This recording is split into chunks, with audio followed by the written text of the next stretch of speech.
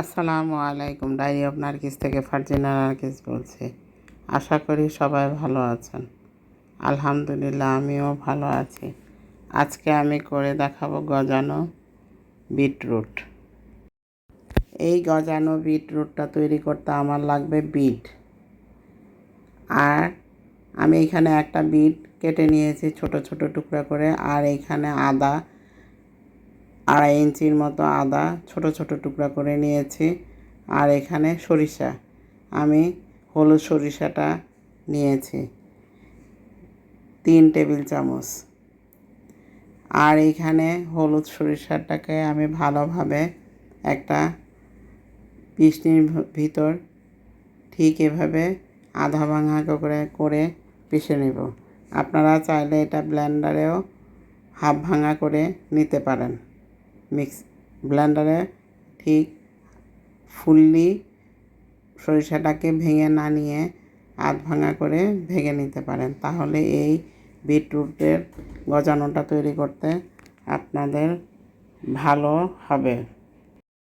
এই গজানো বিটরুটটা তৈরি করতে আমার এখানে একটা কাচের বয়ম লাগবে। এখানে আগেই কাচের বয়মটা পরিষ্কার করে ধুয়ে শুকিয়ে নিয়েছি। এরপর আমি এখানে যে আগে বিটরুটটা কেটে রেখেছিলাম সেই বিটরুটটা বা সেই বিটটা দিয়ে দিব। আর এখানে আদা টুকরোগুলো দিয়ে দিব। আদা টুকরোগুলো দিয়ে দেওয়ার পর এখানে আমি পরিমাণ মতো লবণ, আমি এখানে পিঙ্ক সল্টটা ব্যবহার করেছি, আপনারা এটা খাবার লবণও ব্যবহার করতে পারেন। এখানে আমি আমার পরিমাণ মতো দিয়েছি। এখানে 1 চামচ পিঙ্ক সল্ট দিয়েছি। এখানে আপনারা চাইলে আমরা যে খাবার লবণটা খাই সেই খাবার লবণটাও ইউজ করতে পারেন। এরপর এখানে আমি যে আধা ভাঙা করে সরিষাটা রেখেছিলাম সেই আধা ভাঙা করে সরিষাগুলো দিয়ে দিব। আপনারা এখানে 2 রকম সরিষা ব্যবহার করতে পারেন,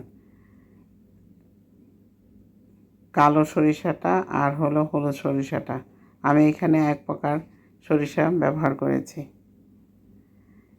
আমি এখানে 3 টেবিল চামচ সরিষা ব্যবহার করেছি। আর এখানে পরিমাণ মতো সম্পূর্ণ জারটা ভরে পানিটা দিতে হবে। আমি এখানে ফিল্টারের পানিটা ব্যবহার করেছি। আপনারা যদি ফিল্টারের পানি ব্যবহার করতে না চান তাহলে পানিটা ফুটিয়ে বিশুদ্ধ পানিটা ব্যবহার করবেন।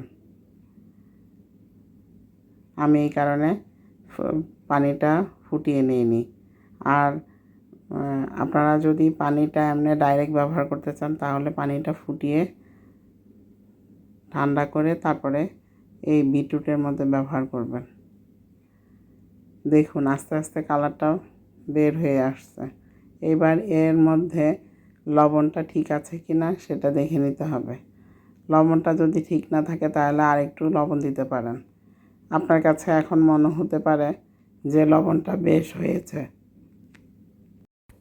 প্রথমে আপনারা যখন এটা বানাবেন লবণটা একটু মনে হবে চড়া হয়েছে, কিন্তু এটা যখন রেখে দেওয়া হবে 5-7 দিনের জন্য তখন আস্তে আস্তে লবণটা বিটের ভিতর প্রবেশ করে যাবে।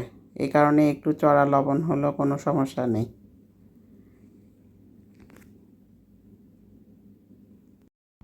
এবার এই বয়মটাকে আমি একটা ঠান্ডা স্থানে রেখে দেব, তবে মাঝে মাঝে 7 দিনের জন্য রেখে দেব। মাঝে মাঝে এটাকে চামচ দিয়ে নেড়ে দিতে হবে ঢাকনা খুলে।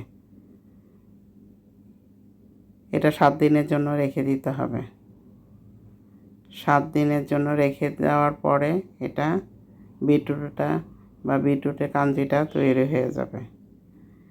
দেখেন প্রথম অবস্থায় বিটরুটটা দেখতে কেমন হয়েছে। 7 দিন পরে দেখুন বিটরুটের কাঞ্জিটা কেমন হয়েছে দেখতে। এটার থেকে বিটের যে নির্যাসটা সব বের হয়ে গেছে। আর এটা যখন তৈরি হবে তখন একটু টক খেতে লাগবে। এটাই গজানো বিট বলে এটাকে। দেখেন আস্তে আস্তে বিটের থেকে রসটা বের হয়ে একটু ফ্যাকাশে হয়ে গেছে। তবে এগুলোকে ফেলে না দিয়ে এই বিটটাও চিবিয়ে খাওয়া যায়। এবার আমি পরিবেশন করে দেখাচ্ছি দেখতে কেমন হয়েছে। তবে এখানে আমার একটা ভুল হয়ে গেছে। এখানে আমি সরিষাটা থেতো করার সময় এখানে আমি 1 চামচ তিল দিয়ে দিয়েছিলাম, সেটা আমি বলতে ভুলে গিয়েছি। এই গজানো বিটটা তৈরি হয়ে যাওয়ার পর ফ্রিজে রেখে পরিবেশন করা যাবে। এটা বাইরে রেখে আর খাওয়া যাবে না, এই কারণে ফ্রিজে নর্মাল চেম্বারে রেখে এটা আপনি খেতে পারেন।